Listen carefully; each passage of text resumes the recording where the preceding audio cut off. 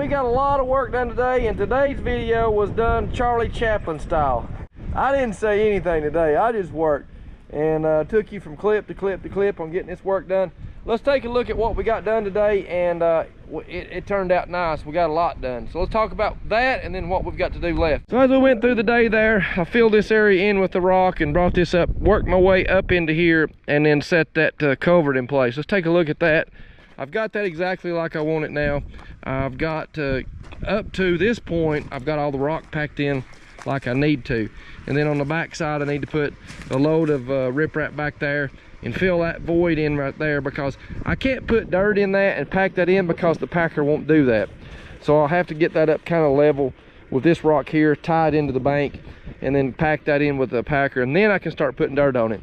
But now then we've got all this rock packed in, and I can start putting dirt on this and raising this road up. Up here at the front, I ran into a little problem that I kind of thought was going to happen, but it did happen today. Where the county came and put that culvert in and put that clay in and packed that in with the machine, I fell through that in that last load of rock. What happened was the bottom fell out right there. The clay that they put on there pushed through into the mud, and unfortunately that area is going to have to be dug out and done just like this. If I don't, over the years, that's just going to be a constant problem with concrete trucks and everything coming in and out. That's got to be fixed. Unfortunately, that's a mess. Let's walk up here and take a look at the end of the culvert now, how it is. Got that settled in there now, and I've got that bedded down. That's why I did that with that 57s, is I bedded that down all the way around so that riprap wouldn't poke holes in it and mess it up. And got a little bit to do right here, cleaning that little notch out, and that water will be running through there just fine. I hope you enjoyed that video there, that Charlie Chaplin style creek crossing I put in there. You know, I did that for those folks that say I talk too much on the channel. Not really. Well, maybe just a little bit. But the purpose and the reason for this video was to make a point that I wanted to talk about in the message part of the video. And you know, it didn't take long watching that video. About part of the way through there, you learned a few things. One is that I do excavation work, and two, that I was installing a creek crossing there. You didn't have to be told that in the very first part of the video, because you saw that as the video progressed. You saw that what I was doing and why I was doing it. Now then, what I want to talk about in the message is that ought to be the life of a Christian. That we should be living a life in such a way that other people around us should know that we're Christians. By the way that we live our life, by what we say, by what we do, and the way that we act. That ought to be known that there is something different about this person. They may not know exactly why, but it will give you an opportunity at some point, maybe, that they'll ask you, what's the difference? Why are you living the way that you, why are you acting the way that you act? Why can you have this peace about your life? We are to live that way because we are to shine our light in this world. What is that light? The light is Jesus Christ. It's our faith and trust and hope in Him that is the light of the world. The point I want to make as far as the scripture go is found in Matthew chapter 5, verse 14 through 16. It says this: "You are the light of the world. A city that is set on a hill cannot be hidden. Nor do they light a lamp and put it under a basket, but on a lampstand, and it gives light to the whole house and all that are in it."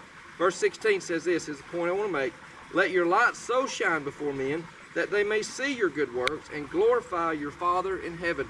The most important part of that is not that we do good works and seen by men, but it's for the glory of the Father. The glory of the Father that's in heaven. The commentary would say this about that: "A godly life gives convicting testimony of the saving power of God that brings Him glory." Why is it we're to have good works in our life? Why is it we are to live in such a way? Because so that other people, by what we do and the way that we live our life, they will see Jesus Christ in us. And by the same way that I built this creek crossing, didn't mention a word about what I was doing, but you knew what I was doing by the work that was in my life.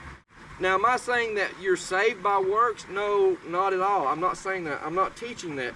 And matter of fact, that is spoken of in Ephesians chapter 2, verse 8 and 10 says this: "For by grace you have been saved through faith, and not of yourselves. It is the gift of God, not of works, lest anyone should boast. For we are His workmanship, created in Jesus Christ for good works, which God prepared beforehand that we should walk in them." The scripture is very plain, and it says that we are to let our light shine so these good works are seen by men, so that it gives God the glory, but we are not saved by those works. evidence of salvation comes through the way that we live our life. There ought to be a change. The Bible's very clear that that when a person gives their life to Christ, that we have a new spirit that He places within us, a new heart. And that ought to change our life. If it doesn't, something's not right. Live your life in such a way that other people will see the good works that's in your life and give God the glory. I hope this has been an encouragement to you. If you're an unbeliever, if what I'm saying doesn't make a whole lot of sense to you, I want to invite you to Jesus Christ. I want to invite you to come and to receive Him, to know Him and trust in Him, and let Him bring that change in your life. There's a lot of folks in this life, in this world, that are living miserable lives, and they don't have to. They're living it in their own way, in their own strength, in their own power, in their own life here in this world. But Jesus Christ can change all that for you. If you place your faith and trust in Him, He can give you this new life, and you'll be the light of the world that can share the love of Jesus Christ to other people around you. So God bless you, and I appreciate you watching.